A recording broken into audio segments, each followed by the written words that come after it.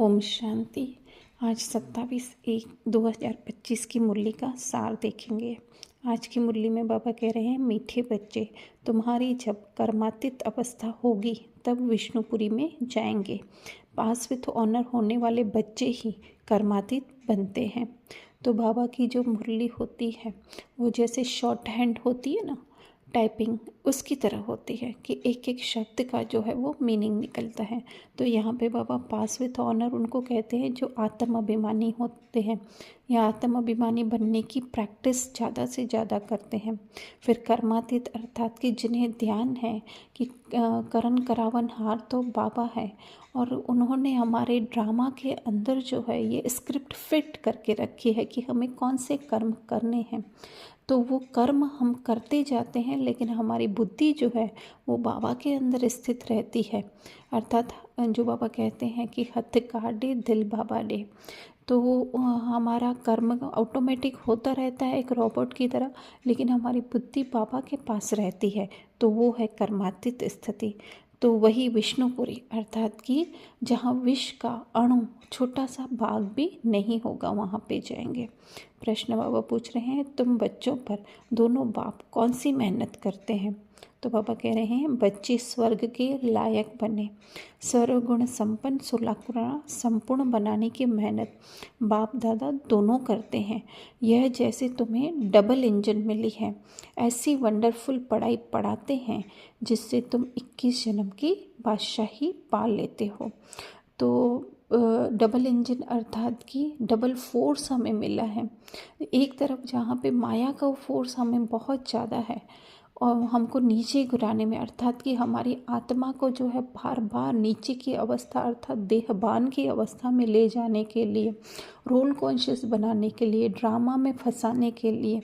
लेकिन बाबा जो है वो डबल फोर्स, बाप और दादा दोनों डबल फोर्स दे करके हमें उसके ऑपोजिट डायरेक्शन में लेके जा रहे हैं, अर्थात हमारी आत्म अभिमानी स्थिति में लेके जा रहे हैं। गीत है बचपन के दिल बुला न देना। फिर बाबा धारणा में कह रहे हैं, अंतिम खूनी नाहिक सीन देखने के लिए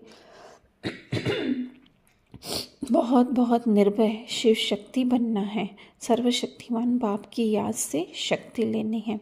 खूने नाहिक सीन अर्थात कि वो जस्ट सीन चल रहा है ऐसा हमें प्रतीत हो और उसको हम सीरियसली या अपने ऊपर नहीं ले, कि आपके आत्मा तो क्या है, मास्टर सर्वशक्तिमान है। तो फिर शिव शक्ति बनना है। साफ साफ बाबा कह रहे हैं, आत्मा जो है वो शिव शक्ति है। हम बनना है का मतलब कि उस स्थिति में रहना है। शिव शक्ति तो हम हैं ही, लेकिन उस स्मृति में रहना है। फिर दूसरा बाबा कह रहे हैं, पावन बनकर पावन बनाने की रूहानी सच्ची सेवा करनी है। डबल अहिंसक बनना है, अंधों की लाठी बन सबको घर का रास्ता बताना है। पावन बनकर अर्थात कि पावन कब होते हैं? जब संपूर्ण हम आत्म अभिमानी स्थिति में रहते हैं। देखिए, ये 2 अक्षर की ही पढ़ाई है, सिर्फ आत्म अभिमानी और देह अभिमानी की।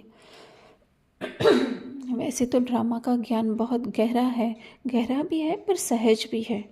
तो बाबा यहाँ पर कह रहे हैं, खुद आत्म अभिमानी बनकर दूसरों को भी आत्म अभिमानी बनाने की सच्ची सेवा, क्योंकि ये सेवा बाबा के बच्चों के अलावा कोई नहीं कर सकता है। अंधों की लाठी अर्थात कि ज़रूरी नहीं है बाहर के, लेकिन अंदर भी जो बच्चे स्थूल रीति से अपना पुरुषार्थ कर रहे हैं उनको भी जो है अपनी बुद्धि खोलकर उनका भी जो है बुद्धि का ताला खोलना है। बाहर की तो सेवा करनी है, लेकिन ब्राह्मण बच्चों की भी जो है वो सेवा करनी है। लेकिन ब्राह्मण बच्चों की सेवा हम वाणी द्वारा नहीं कर सकते हैं, लेकिन जितनी जितनी हमारी आत्म अभिमानी स्थिति होती जाएगी उतना जो है उनको भी टचिंग होती जाएगी। फिर वरदान बाबा दे रहे हैं, मैं और मेरेपन को समाप्त कर समानता व संपूर्णता का अनुभव करने वाले सच्चे त्यागी भव। तो जैसे कोई ऑफिस में काम करता है तो उसको ऑफिस की तरफ से जो है गाड़ी मिलती है, घर मिलता है, फ़ोन मिलता है, लैपटॉप मिलता है और भी ऐसी बहुत सारी चीज़ें मिलती हैं, लेकिन उसको बुद्धि में सदैव ये याद रहता है कि ये ऑफिस का है, जब ये मेरी जॉब पूरी होगी तो मुझे ये सब कुछ वापस ऑफिस वालों को देना है। तो यहाँ पे भी जो है बाबा ने जो है इस ड्रामा के अंदर हमें रोल में ये दिया है। एक मूवी जैसे प्ले होती है तो वो एक्टर को देते हैं, ऐसे ही हमें भी दिया है। जैसे ही ये रोल पूरा होगा तो वैसे ही जो है हमें सब कुछ वापस बाबा को दे दे, बाबा को क्या कहें, पर एक छोड़ना ही पड़ेगा इस दुनिया में, स्थूल दुनिया में। तो इससे पहले जो है इसका हम बुद्धि से त्याग करें, तभी ही हम समान अर्थात बाप समान बन पाएंगे। फिर हर सेकंड हर संकल्प में बाबा बाबा याद रहे, मैंपन समाप्त हो जाए। जब मैं नहीं तो मेरा भी नहीं, मेरा स्वभाव, मेरा संस्कार, मेरी नेचर, मेरा काम या ड्यूटी, मेरा नाम, मेरी शान एक्सेट्रा, जब ये मैं और मेरापन समाप्त हो जाता तो यही समानता और संपूर्णता है। यह मैं और मेरेपन का त्याग ही बड़े से बड़ा सूक्ष्म त्याग है। इस मैंपन के अश्व को अश्वमेध यज्ञ में स्वाहा करो, तब अंतिम आहुति पड़ेगी और विजय के नगाड़े बजेंगे।